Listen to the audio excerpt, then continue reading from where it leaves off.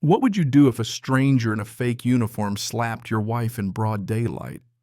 For Jack Donnelly, a retired Navy SEAL with 20 years of service, the answer was simple: fight back. And what happened next shook our entire neighborhood to the core. I'm telling you that slap didn't just echo across my street in Round Rock, Texas. It set off a firestorm that made everybody drop what they were doing. Lawnmowers cut off mid-row, sprinklers left to soak the sidewalk, and even the teenagers racing bikes came to a dead stop. For a split second, time itself seemed to freeze right there on our front lawn, with my wife Hannah standing stock still, hand to her cheek, face red from both shock and pain, and Trevor Langley, the clown in the knockoff HOA uniform, smirking like he'd just enforced some kind of law. Now let me back up a sec. Hannah had been doing what she always did, tending her rose bushes out front, the same roses she swore rooted her to this patch of earth after 20 years of moving from base to base. That day, Trevor, this self-appointed enforcer with two plastic badge-wearing buddies at his back, walks up, says she's violating HOA rules, and when Hannah tells him to take a hike, he just hauls off and slaps her. Just like that. The sound was sharp, ugly, and it might as well have split the world open. What Trevor didn't realize in that moment was I was right there, close enough to see every twitch on his face, close enough that the kind of cold that creeps into a man's bones during war just settled in. I'd survived ambushes in Afghanistan, dragged wounded brothers through fire, but nothing in those years ever hit me the way it did seeing some punk put his hands on my wife on our own grass in front of our own home. "Did you just hit my wife?" My voice came out flat, low, and probably scarier than if I'd shouted. Trevor tried to laugh it off, glanced at his so-called security team, who looked about as tough as a couple of mall cops on Halloween. Then said something about Hannah being out of line, said someone's gotta enforce the rules. Enforce? You think this is enforcement? I stepped closer, could feel all the neighbors watching from behind half-closed curtains, Mrs. Reynolds clutching her husband's arm, praying not to get pulled in. But Hannah's voice broke through the tension, "Jack, don't." And I knew that didn't mean stop. It meant be careful, don't lose yourself, don't lose us. But that switch had already flipped inside me. Trevor, thinking he still had the upper hand, sneered, "You people don't get it. We run this neighborhood now." That was it for me. Consequences, huh? For hitting my wife. You're about to learn what consequences really mean. The rest was a blur. 1 second. I was in front of him next. His arm was behind his back, his knees in the dirt. The first wannabe ran at me, caught a kick to the chest, dropped like a sack of mulch. The second tried to swing. I ducked, grabbed his wrist, and twisted him flat. All around us, neighbors gasped. Phones came out. Somebody was already recording because in America, nothing says evidence like a good smartphone video. But I wasn't thinking about any of that. I leaned in, told Trevor real quiet, "You're done. You ever touch her or anybody else again, you won't walk away." The two other fakes scrambled, half ready to bolt, half frozen. Hannah stood tall, the imprint of Trevor's hand fading from her cheek, but not her eyes. She looked proud, defiant, just like I remembered when I first came home from deployment. Then the sirens started. Somebody called the cops, finally, and the whole neighborhood seemed to hold its breath, waiting to see if this was the day things changed. I let Trevor up just enough for him to catch his breath, then told him he better pray those sirens were for him, because if they weren't, I wasn't finished. Now I know what you're thinking. How'd it come to this?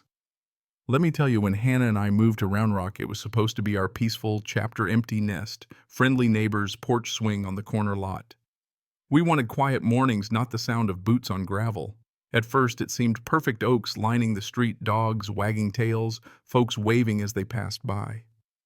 Then out of nowhere, these so-called HOA security guys showed up, navy polos, cheap badges, walking around like they owned the place.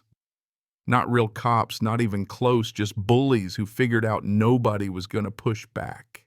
Hannah's first run-in was over a peeling mailbox. Trevor told her she had 10 days to fix it or get fined. She laughed it off, but I called the HOA. Guess what? They had no idea who these guys were. That's when I started hearing stories: neighbors fined for lawn ornaments, kids yelled at for bouncing basketballs after dark, elderly couples paying out citations just to avoid trouble. Carla Park, 2 doors down, said her kids' bikes had to be kept inside by order of security. Mrs. Reynolds was threatened over her curtains. Nobody wanted to be the one who stood up, so everybody ducked their heads and let the fear take root. But fear has a shelf life. It grows until somebody finally decides enough's enough. For us, it was that slap. When Trevor hit Hannah, it wasn't just about us. It was about everybody who'd let silence win. After the police showed up, it didn't take long for the truth to spill out. Witnesses came forward. Mrs. Reynolds trembling but determined, Mr. Chin admitting he'd paid $50 to avoid more harassment, Carla Park saying she should have spoken up sooner. The officers checked IDs, ripped off the fake badges, shook their heads. None of it was real. None of them had authority. Turns out Trevor had a rap sheet: fraud, intimidation, old assault charge out of El Paso. He'd done this before: move into a neighborhood, fake his way into power, bleed people dry until someone called his bluff. Only this time he'd pushed too far. The police took them in. Neighbors poured into the street, not to watch, but to talk, plan, connect in ways they hadn't since moving here. I heard voices I'd never heard before. Tom Alvarez saying it's easy for me, a SEAL, to fight back, but harder for regular folks. Hannah saying being brave wasn't about never being afraid, it was about not letting fear decide how you lived. In the days that followed, something shifted. We met in Mr. Chen's garage, everybody, not just the board. Numbers were exchanged, a group chat set up, folks volunteered to walk the block in the evenings. Laughter even started to come back, kids played outside. And the word community started to mean something again. Hannah's cheek healed, but the lesson stuck. When people stand together, bullies crumble. One neighbor standing up is brave. 30 neighbors standing up is unstoppable. News about Trevor's arrest hit the local paper. Fake HOA enforcers exposed. And people started to ask the right questions. Did we do enough? Could it happen again? I told them, look, you don't need military training to do what's right. You need courage, honesty, and the willingness to speak up. If anyone ever tries this again, they're going to find out real fast that silence is gone for good. Even Mr. Chin joked.